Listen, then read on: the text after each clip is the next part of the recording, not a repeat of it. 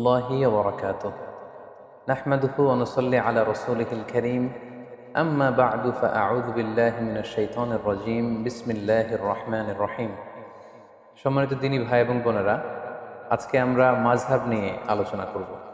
আমাদের এই আলোচনাটিতে আমরা প্রায় 10টি পয়েন্টে কথা বলবো ইনশাআল্লাহ। আমরা শুরুতেই বলবো মাযহাব কি, তারপর শুনবো মাযহাব একাধিক হওয়ার কারণ কি, তারপর মাযহাবের প্রয়োজনীয়তা, মাযহাবের উৎপত্তি ও ক্রমবিকাশ, সেই হিসাবে 4টি বিখ্যাত যে মাযহাব হানাফি মাযহাব, মালিকি মাযহাব, শাফি মাযহাব এবং হাম্বলি মাযহাব কি করে প্রতিষ্ঠিত হলো সে ব্যাপারে আমরা শুনবো। এবং সবশেষে এই মাযহাবের 4 ইমামের মাঝে সম্পর্ক কেমন ছিল এবং 4 ইমামের উদারতা, এবং একেবারে শেষে মাযহাব নিয়ে আমাদের সমাজে প্রচলিত সমাজে যে বাড়াবাড়ি চলছে সেগুলোর ব্যাপারে আমরা কথা শুনবো ইনশাআল্লাহ। তো শুরুতে আমরা জানবার চেষ্টা করব যে মাযহাব কি। আমরা জানি যে মাযহাব এটা হচ্ছে আরবি শব্দ। এই মাযহাব শব্দের অর্থ হচ্ছে পথ বা মত কিংবা অভিমত, অর্থাৎ ইমামদের গবেষণালব্ধ যে মতামত বা অভিমত, এটাকে আরবিতে মাযহাব বলা হয়। ইংরেজিতে যেটাকে বলে স্কুল অফ থট। সংক্ষেপে বলা যায় যে যে পথের গন্তব্য কোরআন এবং সুন্নাহ, সেটাই হচ্ছে মাযহাব। অনেক সময় এমন হয় যে কোরআন এবং সুন্নাতে যে বিধিবিধানগুলো দেয়া হয়েছে সেগুলো সরাসরি হয়তো আমাদের বুঝে আসে না, কিংবা মানাটাও আমাদের জন্য কষ্ট হয়ে যায়। সেক্ষেত্রে এটাকে বুঝবার জন্য, এটাকে সহজভাবে আমল করবার জন্য আমাদেরকে মাযহাবের থ্রুতে, মাযহাবের যে মতামত সেটার থ্রুতে যদি আমরা আমল করি, সেটা আমাদের জন্য আমল করা অনেক সহজ হয়ে ওঠে। তাহলে আমরা বলতে পারি যে মাযহাব কোরআন সুন্নাহ বিরোধী কিছু নয়, বরং কোরআন এবং সুন্নায় যে বিধানগুলো রয়েছে এগুলোকে একটা ইন অর্ডারে, একটা সুবিন্যস্ত ধারাতে নিয়ে আসার চেষ্টা করা হয়েছে এই মাযহাবে। বেসিক্যালি কোরআন ও হাদিসের সবচেয়ে বিশুদ্ধ ব্যাখ্যাই হচ্ছে মাযহাবের ইমামদের সংকলিত ফিকহে ইসলামী, এবং এই ফিকহ শাস্ত্রের যে স্কুল অফ থট, এগুলোকেই বেসিক্যালি মাযহাব বলা হচ্ছে। প্রসিদ্ধ মাযহাব আমরা জানি যে 4টি: হানাফি, শাফিঈ, মালিকি এবং হাম্বলি। আমরা জানি যে কোরআন সুন্নাতে বিক্ষিপ্তভাবে অনেক কিছু উল্লেখ করা হয়েছে এবং মাযহাবে সেটাকে সুশৃঙ্খলভাবে আমাদের সামনে উপস্থাপন করা হয়েছে। যেমন ধরুন, নামাজে ফরজ কয়টি বা নামাজের ওয়াজিব কয়টি, এ ব্যাপারে কিন্তু আপনি পুরো কোরআন চষে বা হাদিস ঘেটে আপনি বের করতে পারেন না যে এতটি, মোট এতটি সালাতের ফরজ, এতটি হচ্ছে সালাতের ওয়াজিব। এইভাবে কোরআন সুন্নায় কোথাও উল্লেখ করা নেই। বেসিক্যালি মাযহাবের ইমামগণ নিরলস প্রচেষ্টা করে, অনেক গবেষণা করে বেসিক্যালি এই প্রশ্নের উত্তরগুলো খোঁজার চেষ্টা করেছেন, এবং তারা হাজার হাজার মাসআলা ইস্তিনবাত করেছেন, যেটা আমাদের ইসলামী বিধিবিধানকে বুঝা এবং সহজভাবে মানা, এটা আমাদের জন্য সহজ করে দিয়েছে। তাহলে আমরা এক কথায় বলতে পারি কোরআন সুন্নাহর সহজ এবং সার নির্যাসই হচ্ছে বেসিক্যালি মাযহাব। এবার আমরা জানার চেষ্টা করব মাযহাব একাধিক হওয়ার কারণ কি। যেহেতু শুরুতে আমরা বলেছি মাযহাব মানে মতামত বা অভিমত, সো প্রত্যেকের মতামত একরকম হবে এটা আসলে লজিক্যাল না, এটা যৌক্তিকও নয়। এক একজনের চিন্তা এক এক রকম, বুঝ একরকম, মতের ভিন্নতা বা বুঝের ভিন্নতা বা চিন্তার ভিন্নতা, it's very common and very human. এটা মানুষের মাঝে থাকবেই, এটাই মানুষের সহজাত। এ কারণেই একাধিক মতামত কোরআন সুন্নাহর বিষয়ে আমরা পাচ্ছি। পাশাপাশি রাসূল সাল্লাল্লাহু আলাইহি ওয়াসাল্লামের পক্ষ থেকেও একটি আমলের ব্যাপারে একাধিক, কোনো একটি বিষয় একাধিক আমলও প্রমাণিত হয়েছে, ফলে একাধিক মতামত এখানে গড়ে উঠেছে। যেমন ধরুন, সালাতে কখনো কখনো রাসূল সাল্লাল্লাহু আলাইহি ওয়াসাল্লাম বুকের উপরে তিনি হাত বেঁধেছেন, কখনো নিচে হাত বেঁধেছেন, কখনো নাভির সাথে মিলিয়ে হাত বেঁধেছেন, কখনো নাভি সংলগ্ন নিচে হাত বেঁধেছেন। তো কোনো কোনো সাহাবা ওনার রাসূল সাল্লাল্লাহু আলাইহি ওয়াসাল্লামের কাছ থেকে বুকের উপরে যে হাত বাঁধার হাদিসটি সেটি গ্রহণ করেছে। কোনো কোনো সাহাবারা নাভির উপরে যে হাত বেঁধেছে সেটা গ্রহণ করেছে। কোনো কোনো সাহাবারা নাভি সংলগ্ন নিচে যে হাদিসটি ওনার রাসূল সাল্লাল্লাহু আলাইহি ওয়াসাল্লামের কাছ থেকে দেখেছেন বা শুনেছেন সেটি গ্রহণ করেছেন।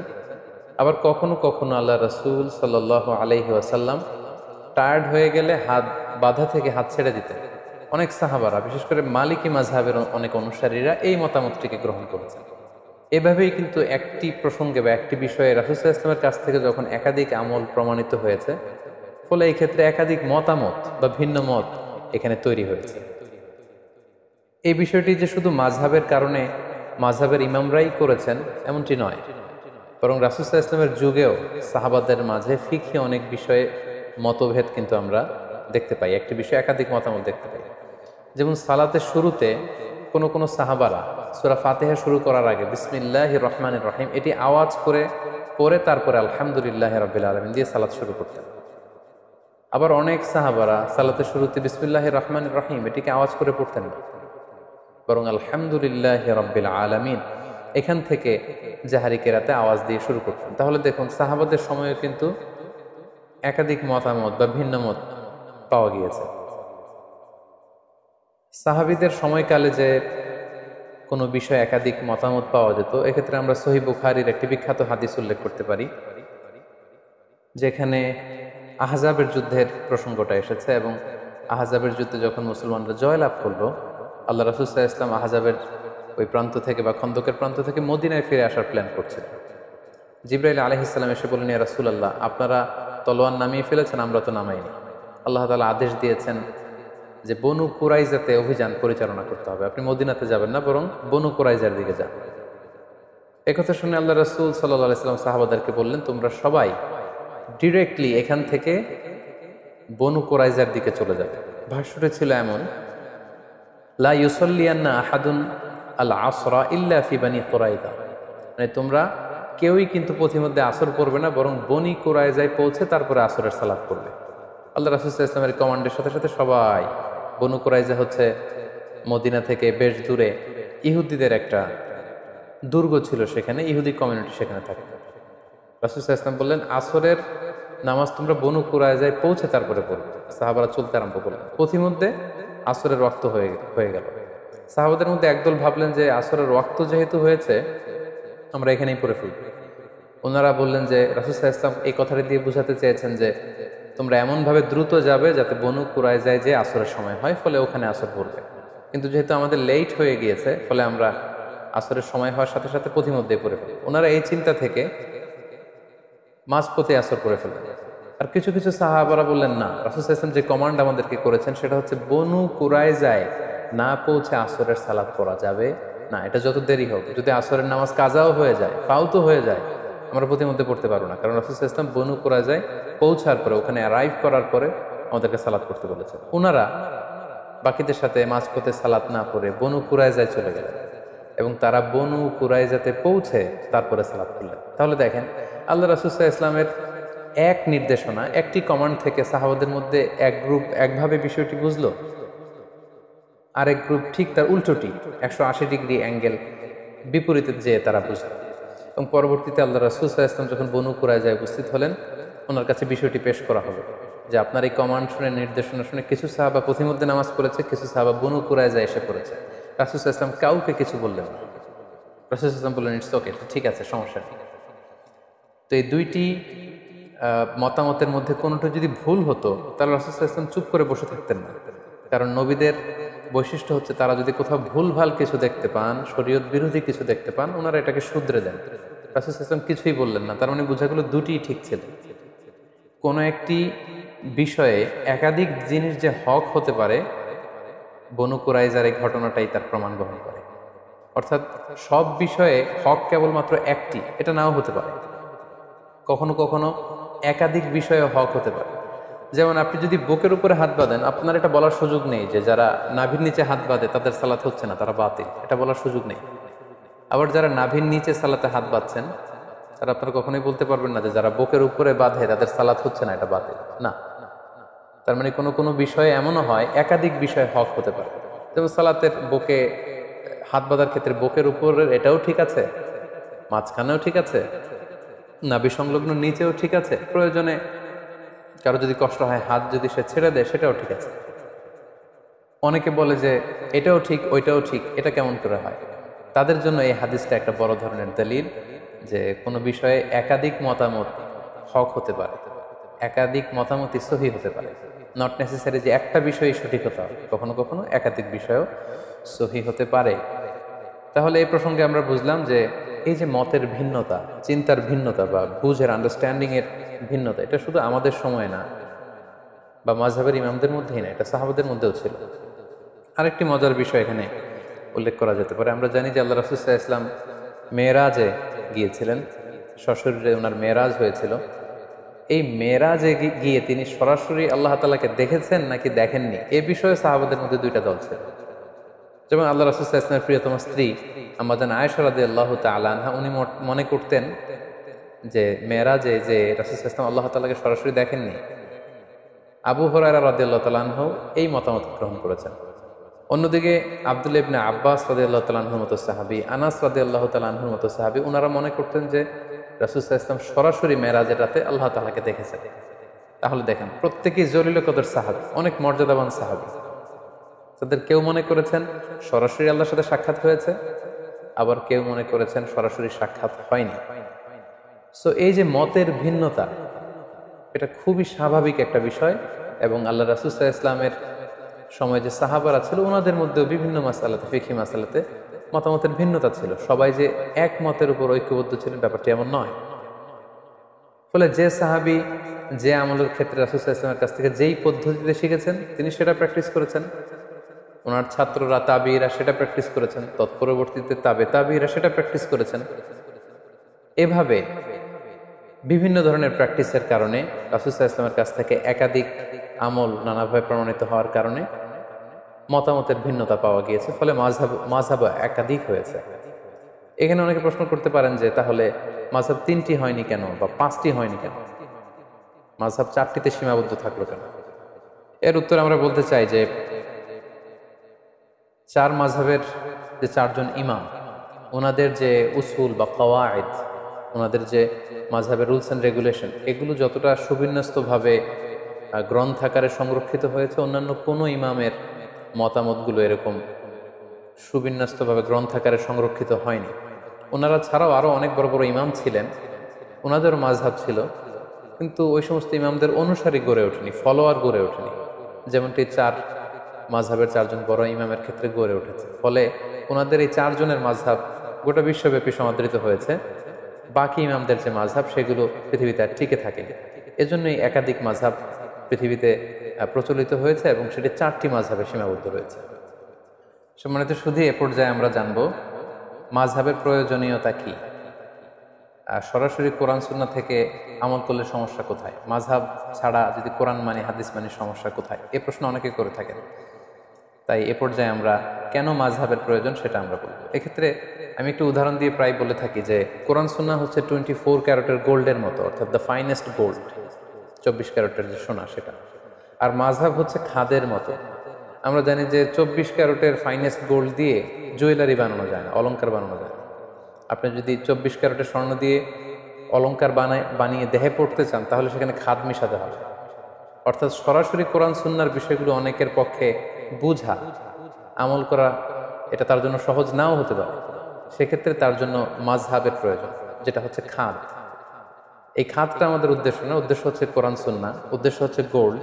কিন্তু ওই গোল্ড যদি আমাদেরকে অর্নামেন্টস বানিয়ে কিংবা জুয়েলারি বানিয়ে আমরা যদি গলায় পড়তে চাই, আমরা যদি ব্যবহার করতে চাই, তাহলে সেখানে খাদ মেশাতে হবে। অনুরূপভাবে কোরআন সুন্নাহকে সহজভাবে বুঝতে হলে সেখানে মাযহাবের প্রয়োজন হবে।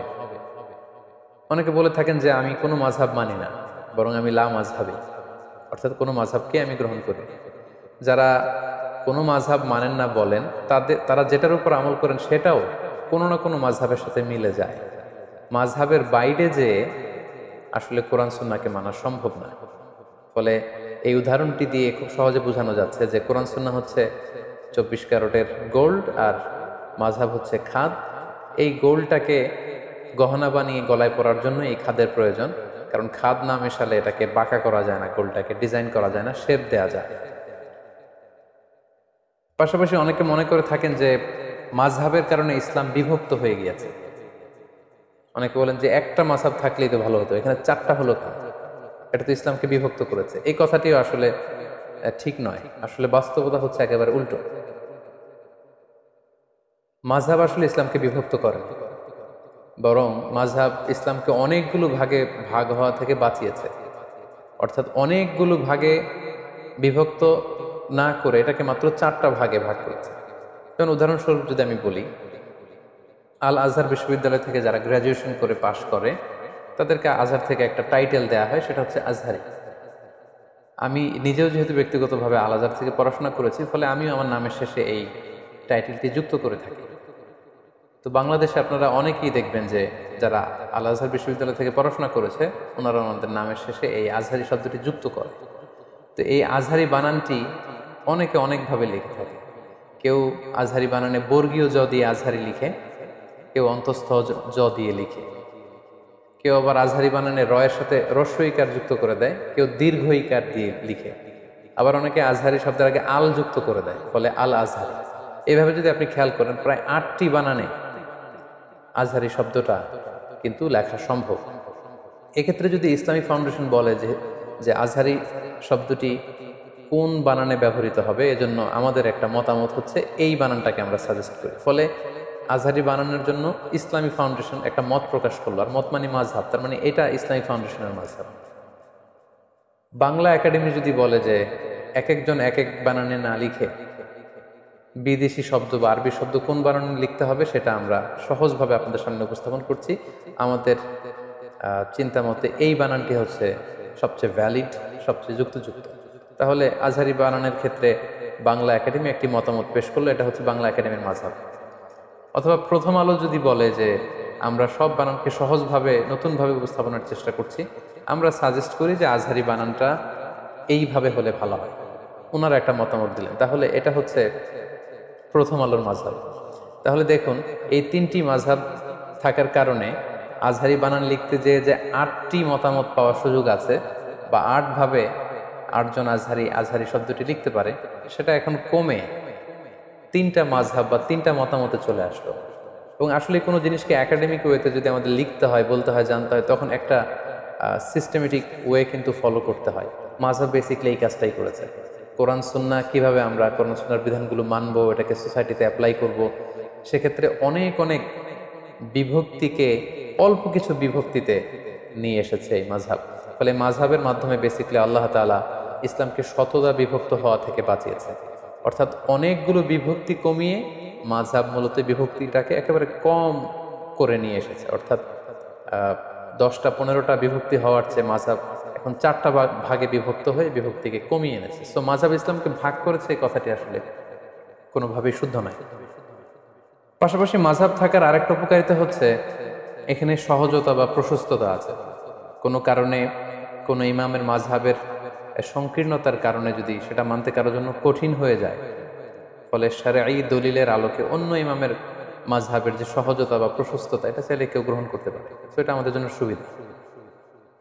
তাহলে আমরা বলতে পারি মাযহাব কিন্তু আমাদেরকে ফ্লেক্সিবিলিটি দিয়েছে, অপশন দিয়েছে। আমরা কে না অপশন পছন্দ করি। লেটসে যদি বলা হয় যে এই 10তলা বিল্ডিংটিতে ওঠার জন্য শুধু সিঁড়ি আছে, সিঁড়ি ছাড়া অন্যভাবে ওঠার সুযোগ নেই, সেটা অনেকের জন্য কঠিন হতে পারে। কিন্তু যদি বলা হয় এই 10তলা বিল্ডিং এর একেবারে 10ম তলায় ওঠার জন্য সিঁড়ির ব্যবস্থাপনাও থাকবে, আবার এক পাশে লিফট থাকবে, আবার আরেক পাশে এসকেলেটরও থাকবে, সো 3টা অপশন দিলে কিন্তু আমাদের জন্য সুবিধা। যিনি সিঁড়ি বেয়ে উঠতে পারবে তিনি সিঁড়ি বেয়ে উঠলো, যার হয়তো পায়ে ব্যথা সমস্যা তিনি লিফটে চড়ে উঠলো, অথবা কেউ যদি এসকেলেটর ইউজ করতে চায় তাহলে তিনি এসকেলেটর দিয়ে উঠলেন। তার মানে মাযহাবের এই একাধিক অপশন বা ফ্লেক্সিবিলিটি থাকার কারণে এটা ইসলামকে বুঝা মানা আমাদের জন্য আরো সহজ করে দিয়েছে। ধরুন যে ঢাকা থেকে চট্টগ্রামে যাওয়ার জন্য যদি শুধু বাস দিয়ে যাওয়ার সুযোগ থাকে, এটা সহজ, নাকি চট্টগ্রামে বাস দিয়ে যাওয়া যাবে, ট্রেন দিয়ে যাওয়া যাবে, প্লেন দিয়ে যাওয়া যাবে, কোনটা সহজ? অর্থাৎ আমাদেরকে যদি অপশন দেওয়া হয় সেটা সহজ, then we can choose any of the option. যার তাড়াতাড়ি ঢাকা থেকে চট্টগ্রাম পৌঁছতে হবে তিনি প্লেন দিয়ে যেতে পারেন, যিনি ট্রেনে চড়তে পছন্দ করেন তিনি ট্রেন দিয়ে যেতে পারেন, আবার যিনি বাসে ভ্রমণকে প্রেফার করেন তিনি কিন্তু চাইলে বাসে যেতে পারেন। তাহলে এক্ষেত্রে আমরা বুঝলাম মাযহাবের একাধিক মতামত থাকার কারণে ইসলামটাকে পালন করা আমাদের জন্য সহজ হয়েছে। উই গট সাম অপশনস, এবং এটা অনেকটা ফ্লেক্সিবিলিটি দিয়েছে আমাদের। পাশাপাশি এই মাযহাবের মাধ্যমে আল্লাহ রাসূল সাল্লাল্লাহু আলাইহি ওয়াসাল্লামের পক্ষ থেকে প্রমাণিত যতগুলো আমল পাওয়া যায় সবগুলোই কিন্তু ঘুরে ফিরে পালিত হচ্ছে। মাযহাব যদি একটি হতো তাহলে রাসূল সাল্লাল্লাহু আলাইহি ওয়াসাল্লামের এই সব ধরনের আমল এগুলো কিন্তু পালন করার সুযোগ হতো না। লেটসে মাযহাব যদি একটা হতো যে শুধু বুকের উপরে হাত বাঁধতে হবে, তাহলে বুকের নিচে নাভির উপরে এই যে এতগুলো মতামত আল্লাহ রাসূল সাল্লাল্লাহু আলাইহি ওয়াসাল্লামের আমলের মধ্যে ছিল, এই আমলগুলো কিন্তু হারিয়ে যেত ইতিহাসের পাতায়, আর থাকতো না। ফলে কেমন যেন আল্লাহ তাআলার এটা একটা বিশেষ রহস্য বা কুদরত যে তিনি 4টা মাযহাবের মাধ্যমে আল্লাহ রাসূল সাল্লাল্লাহু আলাইহি ওয়াসাল্লামের পক্ষ থেকে প্রমাণিত যত ধরনের আমল হতে পারে এটা ঘুরিয়ে ফিরিয়ে সারা বিশ্বে আমল করাচ্ছেন। আমরা যখন মসজিদুল হারামে সালাত পড়ি, কেউ বুকের উপরে বাঁধে, কেউ নাভির নিচে বাঁধে, কেউ বাঁধেই না, কেউ মালিকি মাযহাবের, কেউ শাফিঈ মাযহাবের, কেউ হাম্বলি মাযহাবের, আমরা হানাফি মাযহাবের। ফলে রাসূল সাল্লাল্লাহু আলাইহি ওয়াসাল্লামের সবগুলো আমল ঘুরে ফিরে চর্চা হচ্ছে গোটা বিশ্বব্যাপী। মাযহাব যদি চারটা না হতো, একাধিক মাযহাব যদি প্রতিষ্ঠিত না হতো, তখন কিন্তু এটা করার সুযোগ হতো না। ফলে আমরা বলতে পারি যে এই মাযহাবগুলো ইসলামকে চমৎকারভাবে গোটা বিশ্বে সংরক্ষণ করেছে। তাই মাযহাবের কোনো আমল নিয়ে একে অপরকে কিন্তু ঠাট্টা বিদ্রূপ করা উচিত না। কারণ রাসূল সাল্লাল্লাহু আলাইহি ওয়াসাল্লামের কোনো না কোনো পদ্ধতি বা বর্ণনা কোনো না কোনো মাযহাব গ্রহণ করেছে। ফলে আমি যদি কোনো মাযহাবকে নিয়ে ঠাট্টা করি, তাহলে এটা কেমন যেন রাসূল সাল্লাল্লাহু আলাইহি ওয়াসাল্লাম থেকে প্রমাণিত কোনো আমলকেই ঠাট্টা করলাম। আমরা বাংলাদেশে প্রায় দেখি যে আমরা নিচে হাত বাঁধি, তো যে উপরে হাত বাঁধে এটাকে বিভিন্ন মাহফিলে বা বিভিন্ন আলোচনায় ব্যঙ্গ করে দেখানো হয়। আমরা হানাফি মাযহাবে রুকুতে ওঠার সময়, সেজদা যাওয়ার সময় এরকম হাত উঠানো, যেটাকে রফউল ইয়াদাইন বলে, এটা আমরা করি না। কিন্তু যারা করে অনেক সময় তাদেরকে এরকম ঠাট্টা করা হয়। তো আপনি যদি মাযহাবের পক্ষের লোক হয়ে থাকেন, আপনি যদি ওই আমলগুলোকে ঠাট্টা করেন, তাহলে কেমন যেন আপনি মাযহাবের বিরোধিতা করলেন। কারণ আপনার মাযহাবে হয়তো এই আমলটি নেই, কিন্তু অন্য মাযহাবে কিন্তু অত্যন্ত ভাব গাম্ভীর্যতার সাথে, অত্যন্ত আবেগের সাথে রাসূল সাল্লাল্লাহু আলাইহি ওয়াসাল্লামের এই আমলটি পালন করা হচ্ছে। সো মাযহাবের কোনো আমলকে, আল্লাহ রাসূল সাল্লাল্লাহু আলাইহি ওয়াসাল্লাম থেকে প্রমাণিত কোনো আমলকে যদি আপনি ঠাট্টা করেন, অন্য কোনো মাযহাবকে যদি আমরা ঠাট্টা করি, তাহলে এটা কেমন যেন রাসূল সাল্লাল্লাহু আলাইহি ওয়াসাল্লামের আমল নিয়ে ঠাট্টা করার শামিল, যেটা অনেক বড় ধরনের একটি কবিরা গুনাহ। সো আমরা সহজে বলতে পারি যে চার মাযহাব হলো চারটি নৌকার মতো। দৈনন্দিন জীবনে দিনের সাগর পাড়ি দিয়ে আল্লাহ পাকের সন্তুষ্টির বন্দরে ভিড়ার জন্য আমরা চারটি নৌকা দিয়ে বন্দরে ভিড়ার চেষ্টা করছি। তো সেক্ষেত্রে আমরা চার নৌকার আরোহীরা যদি একে অন্যের সাথে পারস্পরিক ধাক্কাধাক্কি বা ঠুকোঠুকিতে লিপ্ত হই, তাহলে হয়তো আমাদের সাগরে পরে হাবুডুবু খেতে হবে। আল্লাহ সন্তুষ্টির বন্দরে হয়তো ভিড়া আমাদের জন্য কঠিন হয়ে যাবে। মাযহাব নিয়ে একে অপরের প্রতি অশ্রদ্ধা, সহিংসতা কিংবা বিতর্ক বা সংঘাতের ব্যাপারটি ঠিক এমন। সো আমরা বলতে পারি যে মাযহাব ইসলাম পালনকে আমাদের কাছে আরো সহজ করে তুলেছে। এরপর যে আমরা মাযহাবের উৎপত্তি বা ক্রম বিকাশ নিয়ে আলোচনা করবো ইনশাআল্লাহ। আমরা জানি যে প্রসিদ্ধ মাযহাব হচ্ছে চারটি: হানাফি, মালিকি, শাফিঈ এবং হাম্বলি। সর্বপ্রথম যে মাযহাবটি প্রতিষ্ঠা লাভ করেছে সেটি হচ্ছে হানাফি মাযহাব, এবং সেটি ইরাকে প্রতিষ্ঠা লাভ করেছে। আমরা জানি যে উমরে ফারুক রাদিয়াল্লাহু তাআলা আনহু যখন মুসলিম বিশ্বের খলিফা, তখন 16 হিজরিতে তিনি ইরাক জয় করেন। তখন ইরাকের কুফা নগরীকে তিনি মুসলিম উম্মার একটি প্রাদেশিক শহর, প্রশাসনিক শহর হিসেবে তিনি ঘোষণা দেন। এবং সেই কুফা নগরীতে যে মুসলিম উম্মা আছে তাদেরকে কোরআন সুন্নাহ শিক্ষা দেওয়ার জন্য আল্লাহ রাসূল সাল্লাল্লাহু আলাইহি ওয়াসাল্লামের একজন প্রিয় সাহাবী আব্দুল্লাহ ইবনে মাসউদ রাদিয়াল্লাহু তাআলা আনহুকে তিনি মদিনা থেকে অ্যাজ অ্যান অ্যাম্বাসেডর কুফাতে তিনি প্রেরণ করেন, এবং তিনি বলেন যে আপনি কুফায় যে দিন প্রচার করেন। উমর ফারুকের নির্দেশনা অনুযায়ী আব্দুল্লাহ ইবনে মাসউদ রাদিয়াল্লাহু তাআলা আনহু মদিনা থেকে কুফায় চলে গেলেন। দীর্ঘদিন তিনি কুফার অধিবাসীদেরকে কোরআন সুন্নাহর বাণী তিনি প্রচার করলেন। ওনার ইন্তেকালের পরে এই দায়িত্ব চলে আসে ওনার ছাত্র আলকামা রাহিমাহুল্লাহর উপর। তিনি তখন কুফাতে কোরআন সুন্নাহর তালিম, তাদরিস, টিচিং এই কাজটা করতেন। আলকামা আলাইহি রাহমা ওনার মৃত্যুর পরে ওনার ছাত্র ইব্রাহিম নাখাঈ, ওনারা সবাই তাবিঈ ছিলেন, উনি এই গুরু দায়িত্ব নিজের কাঁধে তুলে নেন এবং তিনি কুফাতে কোরআন সুন্নাহর এই তালিম, তালকিন এবং তাদরিসের কাজ তিনি করতে আরম্ভ করেন। ইব্রাহিম নাখাঈর ইন্তেকালের পরে ওনার ছাত্র হাম্মাদ ইবনে আবি সুলাইমান, উনি সেখানে তাদরিস, টিচিং এবং কোরআন সুন্নাহর দাওয়াতের কাজ করতেন। হাম্মাদ ইবনে আবি সুলাইমান 120 হিজরিতে ইন্তেকাল করেন, এবং ওনার ইন্তেকালের পরে ওনার সবচাইতে যোগ্য ছাত্র ইমাম আবু হানিফা আলাইহি রাহমা 120 হিজরিতে কুফা নগরীতে ইসলাম প্রচারের দায়িত্ব ইমাম আবু হানিফার কাঁধে চলে আসে। উনি অত্যন্ত মেধাবী একজন মানুষ ছিলেন। 120 হিজরিতে যখন ইমাম আবু হানিফার কাছে এই দায়িত্ব চলে আসে, উনি বেসিক্যালি 80 হিজরিতে জন্মগ্রহণ করেন। ফলে 120 হিজরিতে ওনার বয়স তখন দাঁড়ায় 40 বছর। অর্থাৎ 40 বছর বয়সে তিনি কুফা নগরীর ইসলাম প্রচারের যে গুরু দায়ভার, এটা তিনি নিজের কাঁধে তুলে নেন, এবং তিনি দায়িত্ব পেয়ে কিছু যুগান্তকারী সিদ্ধান্ত তখন তিনি নিয়েছিলেন। এবং আপনারা জানেন তখন ইসলাম খুব বেশি স্প্রেড হচ্ছিল, দলে দলে মুসলমানরা লোকজন কালিমা পড়ে মুসলমান হচ্ছিল এবং নতুন নতুন অনেক ইস্যু, নতুন নতুন অনেক কন্টেম্পোরারি মাসআলা তখন আসছিল, যেটি আগে ছিল না। তখন ইমাম আল আযম আবু হানিফা রাহিমাহুল্লাহ ওনার মেধাবী ছাত্রদেরকে নিয়ে 40 জনের একটা প্যানেল করেন, একটা ফিক একাডেমি করেন, এবং যত নতুন মাসালা আসতো উনি ছাত্রদের মাঝে মাসালাটাকে ছেড়ে দিতেন। ছাত্ররা অনেক ধরনের ডিসকাশন করে আর্গুমেন্ট দিয়ে একটা পর্যায়ে যখন এটার উত্তরে পৌঁছতেন তখন এই উত্তরটা ইমামে আজম আবু হানিফার কাছে দেয়া হতো। পরে ফাইনালি সবার কথা শুনে উনি ওইটার উপর জাজমেন্ট দিতেন, লিগ্যাল অপিনিয়ন দিতেন, সলিউশন দিতেন।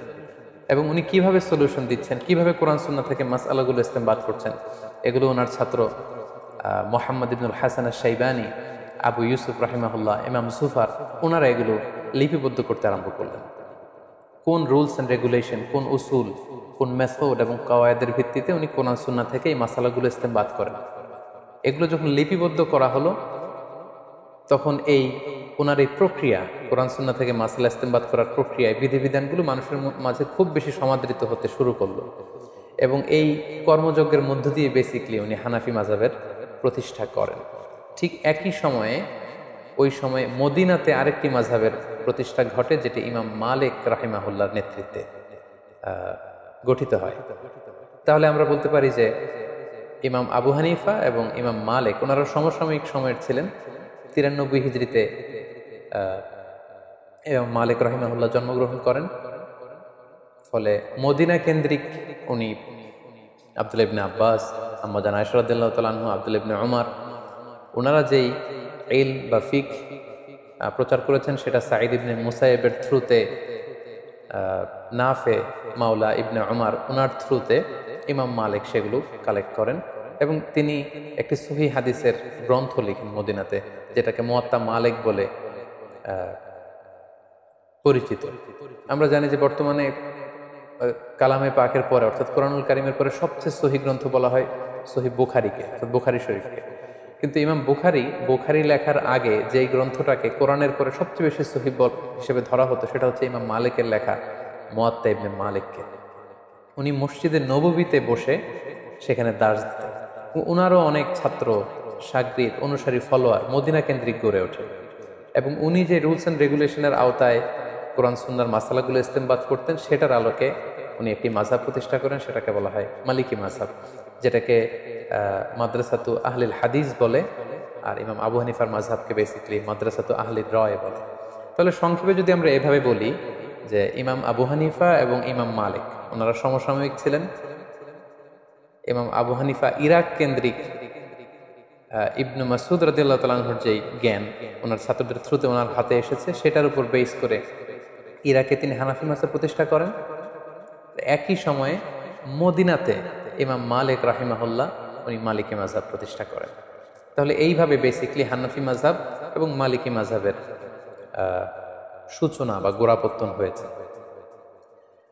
ইমাম মালিকের পরে ইমাম মালিকের ছাত্র ইমাম শাফিঈ, যে বছর ইমাম আবু হানিফা ইন্তেকাল করেন 150 হিজরিতে, ঠিক সেই বছর ইমাম শাফিঈ জন্মগ্রহণ করেন। তিনি জন্মগ্রহণ করেন ফিলিস্তিনের গাজাতে। সেখান থেকে ওনার মা ওনাকে মক্কায় নিয়ে আসেন। মক্কা থেকে মদিনাতে ইমাম মালিকের কাছে তিনি পড়াশোনা করেন। পরবর্তীতে বাগদাদে ইমাম আবু হানিফার ছাত্র মোহাম্মদ ইবনুল হাসান আশ-শাইবানীর কাছে পড়াশোনা করেন। এভাবে তিনিও অনেক বড় একজন স্কলার হয়ে ওঠেন। তিনি হানাফি মাযহাবের দ্বারা প্রভাবিত হয়ে প্রথমত বাগদাদে তিনি জ্ঞান চর্চা এবং জ্ঞান বিতরণ করেন। পরবর্তীতে তিনি যখন মিশরে চলে যান, সেখানে যে তিনি যত মাসআলা ইমাম আবু হানিফা কিভাবে বলেছেন এবং ওনার সরাসরি শিক্ষক ইমাম মালিক কিভাবে বলেছেন, এগুলোকে থরলি ইনভেস্টিগেট করে উনি নিজে আবার একটি মাযহাব প্রতিষ্ঠা করেন কিছু রুলস অ্যান্ড রেগুলেশনের আওতায়। ফলে 3 নম্বর মাযহাবের গোড়াপত্তন হলো ইমাম শাফির মাযহাব, যেটা মিশরে। ওনার কবরও মিশরে অবস্থিত। আমি নিজেও ইমাম শাফির কবর জিয়ারত করেছি মিশরে। আর ইমাম আবু হানিফার কবর হচ্ছে কুফাতে, আর ইমাম মালিক রাহিমাহুল্লাহর কবর হচ্ছে মাকবারতুল বাকিয়া, অর্থাৎ মসজিদে নববীর পাশে যে কবরস্থান সেখানে ওনাকে দাফন করা হয়েছে। তাহলে আমরা পেলাম যে শুরুতে ইরাক কেন্দ্রিক হানাফি মাযহাবের গোড়াপত্তন হলো, মদিনা কেন্দ্রিক মালিকি মাযহাবের গোড়াপত্তন হলো এবং মিশর কেন্দ্রিক ইমাম শাফি মাযহাবের গোড়াপত্তন হলো। সর্বশেষে যে 4 নম্বর মাযহাবটি আছে সেটি হচ্ছে ইমাম আহমদ ইবনে হাম্বলের মাযহাব, উনি অনেক বড় একজন ইমাম ছিলেন। উনি ইমাম শাফির সরাসরি ছাত্র ছিলেন এবং তিনি মুসনাদে আহমদ ইবনে হাম্বাল নামে একটি হাদিসের গ্রন্থ রচনা করেছেন, যেটি হাদিসের একক গ্রন্থ হিসেবে সবচাইতে বড় হাদিসের কালেকশন। উনি বাগদাদে জন্মগ্রহণ করেছিলেন, ইমাম শাফিঈর সরাসরি ছাত্র।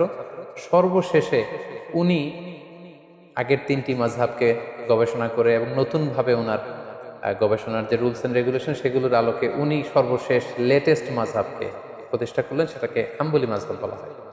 এইভাবেই বেসিকলি মাযহাবের গোড়াপত্তন হয়। প্রথমে ইমাম আবু হানিফা হচ্ছেন এটার পায়োনিয়ার, তারপর ইমাম মালিকের নেতৃত্বে মালিকি মাযহাব, ইমাম শাফিঈর নেতৃত্বে শাফিঈ মাযহাব এবং সর্বশেষে ইমাম আহমদ ইবনে হাম্বলের নেতৃত্বে হাম্বলি মাযহাবের গোড়াপত্তন হয়। এভাবেই চারটি মাযহাব গোটা বিশ্বে প্রসিদ্ধি লাভ করে এবং তালাক্কাতিল উম্মাহ হাযিহিল মাযাহিব আল আরবাআতা বিল কবুল ফি মাশারিকিল আরদি ওয়া মাগারিবিহা। গোটা বিশ্বের মুসলমানরা এই চারটি মাযহাবকে অত্যন্ত আন্তরিকতার সাথে গ্রহণ করে, কারণ গোটা বিশ্বের স্কলাররা ওনারা দেখেছেন যে এই চার মাযহাবের চারজন যে ইমাম, ওনারা ছিলেন অত্যন্ত মুখলিস লোক। ইখলাসের মানদণ্ডে ওনারা উত্তীর্ণ ছিলেন, ইলমি যোগ্যতা ছিল অনেক বেশি পরিশ্রম করে ওনারা এমনভাবে কোরআন সুন্নাহ থেকে এই মাসআলাগুলো, লিগ্যাল অপিনিয়নগুলো বের করেছে, যেটা আমাদের জন্য অনেক বড় একটা নেয়ামত। এবং ওনাদের এই কাজের মধ্য দিয়ে গোটা বিশ্বের মুসলিম উম্মার হৃদয়ে মণিকোঠায় ওনারা স্থান করে নিয়েছে। ফলে গোটা বিশ্বের আপনি মুসলিম রাষ্ট্রগুলোর দিকে যদি খেয়াল করেন তাহলে দেখবেন যে সবাই এই চারটি মাযহাবের কোনো না কোনো একটি মাযহাবকে ওনারা গ্রহণ করেছেন।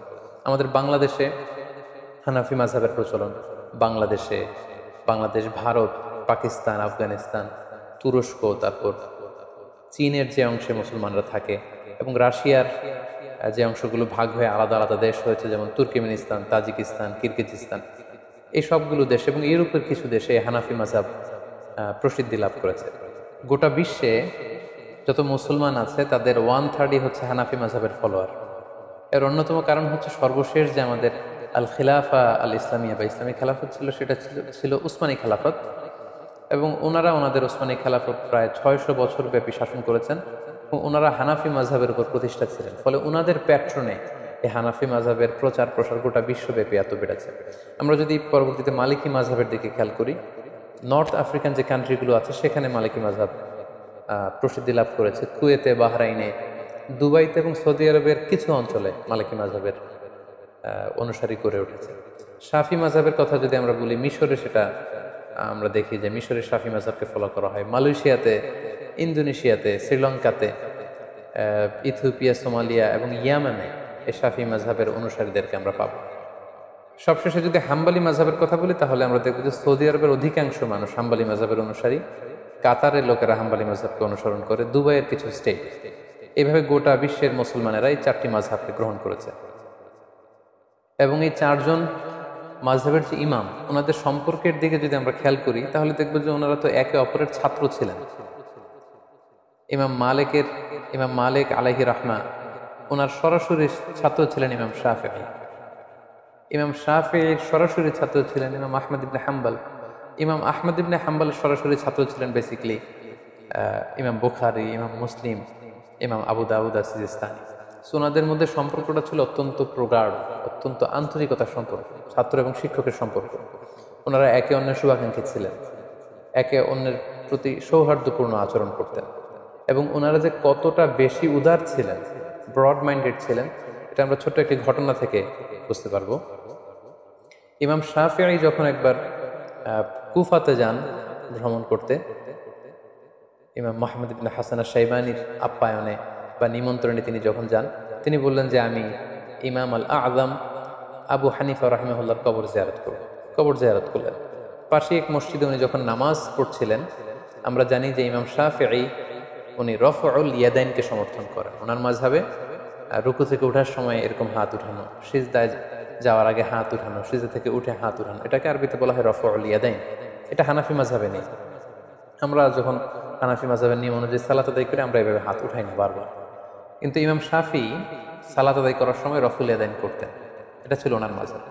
কিন্তু কুফাতে ইমাম আবু হানিফার কবরের পাশে কোন এক মসজিদে উনি যখন নামাজ পড়ছিলেন, উনি সেখানে এই রফউল ইয়াদাইনকে স্কিপ করলেন, তরক করলেন, উনি এটা করছিলেন না।